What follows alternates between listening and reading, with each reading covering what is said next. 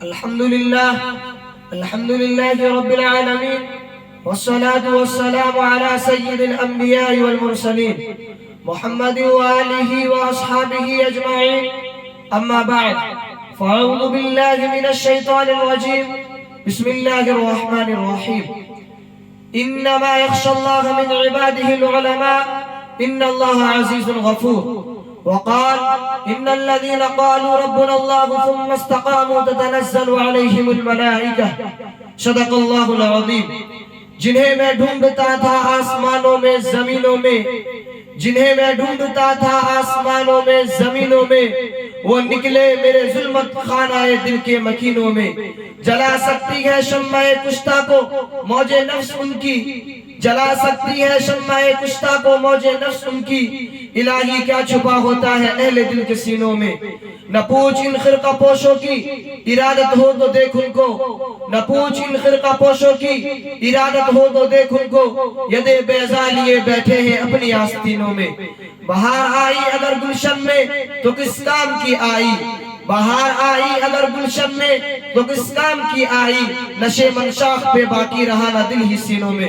محترم حضرات اور حاضرین جلسہ، آج میں ان یاران باصفا اور شہیدان عشق و وفا اور وارثان بلال رضی اللہ عنہ اور سراخیل آزادی کے تذکرے کی سعادت حاصل کر رہا ہوں، جن کا قلب و جگر اسلام کی عظمت سے معمور تھا، جن کے چہرے پر عزم و استقلال کی کرن جلوہ فگن تھی، جن کا دل جذبہ جہاد سے سرشار تھا، جنہوں نے اپنی پوری زندگی اسلام کی سربلندی اور اعلاء کلمت اللہ کے لیے وقف کر دی، جن کی ایک تاریخ ہے، جن کی ایک داستان ہے، جنہوں نے ہر دور میں اسلام کی آبیاری کی ہے اور اس چمنستان اسلام کی طرف بڑھنے والی ہر باد سمون کی راہ میں دیوار آہنی اور صد سکندری بن کر حائل ہو گئے.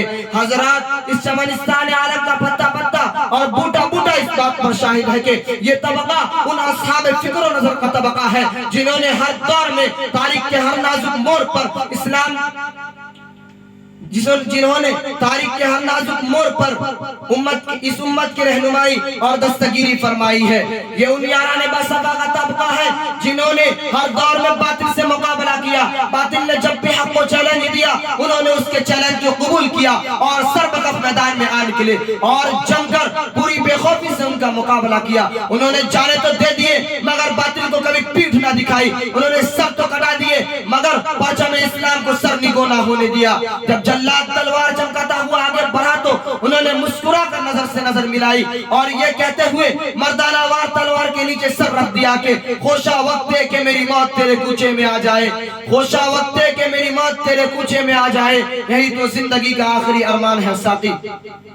غرض یہ کہ انہوں نے ہر محاذ پر مقابلہ کیا، ہر طرح سے مقابلہ کیا. ضرورت پڑی تو تلوار چلائی، ضرورت پڑی تو گولی چلائی، تلوار پھینکی قلم اٹھایا، ضرورت پڑی تو اپنے شعلہ نوائیوں سے طوفان تند و تیز اور سرکش و بے باک کا کام لیا، اور ضرورت پڑی تو اپنے قوم کے ننھے ننھے نونہالوں کی تربیت و اصلاح فرما کر باطل کے لیے دیوار آہنی اور فولادی لشکر بنا دیا. آج میں انہی جیالوں اور سرفروشان اسلام کی تھوڑی سی تاریخ اور ادنا سی جھلک آپ حضرات کے سامنے رکھنا چاہتا ہوں کہ انہوں نے جنگ آزادی میں کیا کارنامہ انجام دیا اور کیا ان کا مقام رہا ہے. محترم حضرات، جب ہندوستان کی مقدس سرزمین پر انگریزوں کا ناپاک سایہ پڑا اور وہ اپنی شاطرانہ وائیانہ چالوں سے یہاں کے مالک بن بیٹھے، جب باشندگان ہند پر طرح طرح کے ظلم و ستم کے پہاڑ توڑے جانے لگے، جب ہندوستانیوں کو غلام بنایا جانے لگا، جب ہندوستانیوں کا خون ان کے پسینوں سے بھی عارضہ ہونے لگا، تو ایسے وقت میں جس شخص نے سب سے پہلے علامت بغاوت بلند کیا وہ محدث کبیر، امام جلیل، رئیس الاولیاء، فخر چمن، محرم فن، نازش وطن، شاہ عبدالعزیز ابن ولی اللہ محدث دہلوی ہے. یہ وہی مرد مجاہد درویش خدا ہیں جنہوں نے وقت سے بہت پہلے ہی مسلمانوں کے نصب العین کا اعلان فرما دیا تھا. جہاں تک دوسروں کو پہنچنے کے لیے ابھی برساں برس انتظار کرنا تھا. شاہ عبدالعزیز کا فتویٰ کیا تھا؟ ایک برق بے اما تھا جو دشمنوں کے نخل تمنا پر گر پڑی، انگریزوں کی نیند حرام ہو گئی، جگہ جگہ آزادی کے شعلے بھڑکنے لگے، پرچم لہرانے لگے، سینوں میں ولولے مچلنے لگے، حوصلوں نے انگڑائیاں لینی شروع کر دی۔ مسند درس پر بیٹھ کر قرآن و حدیث کا درس دینے والے علماء کرام، خانقاہوں میں بیٹھ کر اپنے خون جگر سے شمع اسلام کو روشن کرنے والے مشائخ اعظام اپنے مدرسوں اور خانقاہوں کو چھوڑ کر میدان میں آ گئے اور فرنگیوں کے خلاف ایک محاذ بنا کر توکل علی اللہ منزل کے جانب نکل پڑے۔ اور میں اکیلا ہی چلا تھا جانب منزل مگر، اور میں اکیلا ہی چلا تھا جانب منزل مگر، راہرو آتے گئے اور کارواں بنتا گیا کہ مصداق بن گئے۔ محترم حضرات، یہ کارواں مسافت طے کرتے ہوئے کس طرح منزل مقصود تک پہنچا، یہ ایک لمبی داستان ہے۔ اس داستان میں امنگیں بھی ہے اور محرومیاں بھی، اس داستان میں عزم و عمل کا جوش و خروش بھی ہے اور شکست و خردگی و بیچارگی کی افسردگی بھی ہے، جنون شوق کی آشفتہ شری بھی ہے اور گردش دورہ کی کچروی بھی ہے۔ ایک طویل مسافت طے کرتے ہوئے ان کے پاؤں مسلسل لہو لہان ہوتے رہے، ہزاروں اور لاکھوں کا وجود غبارے رہ بن کر اڑ گیا۔ کبھی جبر و تشدد کی خاردار جھاڑیوں نے ان کے دامن کو تار تار کیا، کبھی وحشت و بربریت کے پہاڑ ان کے راہ میں حائل ہو گئے، مگر اس بزنجنوں کے دیوانوں نے ہمت نہیں ہاری، حادثات اور مسائل سے ٹکراتے ہوئے منزل کے جانب بڑھتے ہی رہے۔ راستے کی غربت و دوری سے بے فکر، طمانیت و قلب و جگر سے مستغنا، پریشانیوں اور افکار کے احساسات سے بے نیاز، خطرات و وساوس کے گرفت سے بے پرواہ، منزل مقصود کی تلاش میں کبھی عرب و ترکی کے راہوں کو ناپتے ہیں تو کبھی روس و افغان کی بادیاں پیمائی کرتے ہیں، کبھی مالٹا کی کوٹھریوں میں قیام کرتے ہیں تو کبھی عدالت کے کٹہرے میں کھڑے ہو کر نغمہ آزادی سناتے ہیں، تو کبھی پھانسی کے پھندوں کو چوم کر منزل کا نشان پوچھتے ہیں، تو کبھی ریوالور کے لبلبی پر انگلی رکھ دیتے ہیں کہ شاید گولیوں کی سنسناہٹ ہی ہمیں منزل کا پتہ بتا سکے۔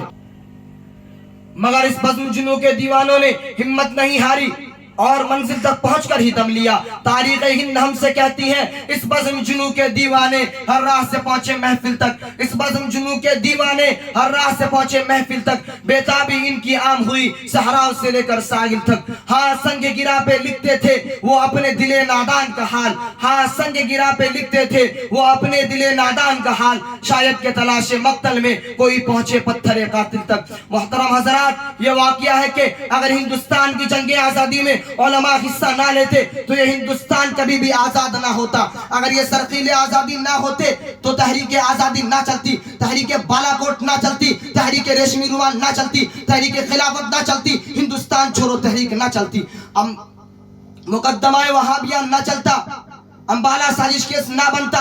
الغرض علماء کرام ہی نے اپنے خون و جگر سے عروس آزادی کی حنا بندی کی ہے اور اپنے مقدس لہو سے شجر آزادی کو سینچا اور پروان چڑھایا ہے۔ چنانچہ 1857 کی جنگ آزادی میں دو محاذ بنائے گئے، ایک امبالہ پر جس کی قیادت مولانا جعفر تھانیسری کے پاس تھی، دوسرا شاملی پر جس کی قیادت مولانا حاجی امداد اللہ مہاجر مکی کے پاس تھی۔ اس جنگ میں بڑے بڑے صلحاء و علماء شہید و زخمی ہوئے، اسی جنگ میں حافظ ضامن شہید ہوئے۔ اس 1857 کی جنگ آزادی میں 2 لاکھ مسلمان شہید ہوئے، جس میں 51,500 علماء کرام شامل تھے۔ صرف دہلی میں 500 علماء کو پھانسی کے پھندوں پر لٹکا دیا گیا۔ بہرحال جب اس جنگ میں وسائل کی قلت اور اپنوں کی غداری کی وجہ سے فرنگیوں کا غلبہ ہوا تو وائسرائے برطانیہ نے اپنے مشیروں کو بلا کر رائے طلب کی کہ بتاؤ ہندوستان میں ہماری حکومت کیسے قائم رہ سکتی ہے۔ تو اس وقت کے ہندوستان میں رہنے والے سب سے بڑے سیاستداں ڈاکٹر ولیم یورنی نے جو رپورٹ پیش کی اس میں لکھتا ہے کہ ہندوستان میں سب سے زیادہ بیدار مسلمان ہیں اور جنگی آزادی صرف مسلمانوں نے لڑی ہے، اور جب تک مسلمانوں کے اندر جذبہ جہاد ہے اس وقت تک ہم ان پر حکومت نہیں کر سکتے۔ اس لیے جذبہ جہاد کا ختم کرنا ضروری ہے، اور جذبہ جہاد ختم کرنے سے پہلے ایک اور چیز کا ختم کرنا ضروری ہے، وہ یہ ہے کہ ہندوستان سے علماء اور قرآن کو ختم کر دیا جائے۔ چنانچہ 1861 میں 3 لاکھ قرآن کریم کے نسخے بدبخت انگریزوں نے جلائے اور اس کے بعد علماء کو ختم کرنے کا فیصلہ کیا۔ انگریزی مورخ مسٹر ایڈورڈ ٹامسن اپنی یادداشت میں لکھتا ہے کہ 1864 سے لے کر 1867 تک یہ 3 سال ہندوستان کے بڑے المناک سال ہیں۔ یہ 3 سال میں انگریزوں نے 14,000 علماء کو تختہ دار پر لٹکا دیا۔ ٹامسن کہتا ہے کہ دلی کی چاندنی چوک سے لے کر خیبر تک کوئی ایسا درخت نہ تھا جس میں علماء کرام کی گردنیں نہ لٹکی ہوئی ہو۔ ٹامسن کہتا ہے کہ علماء کے جسموں کو تانبے سے داغا گیا۔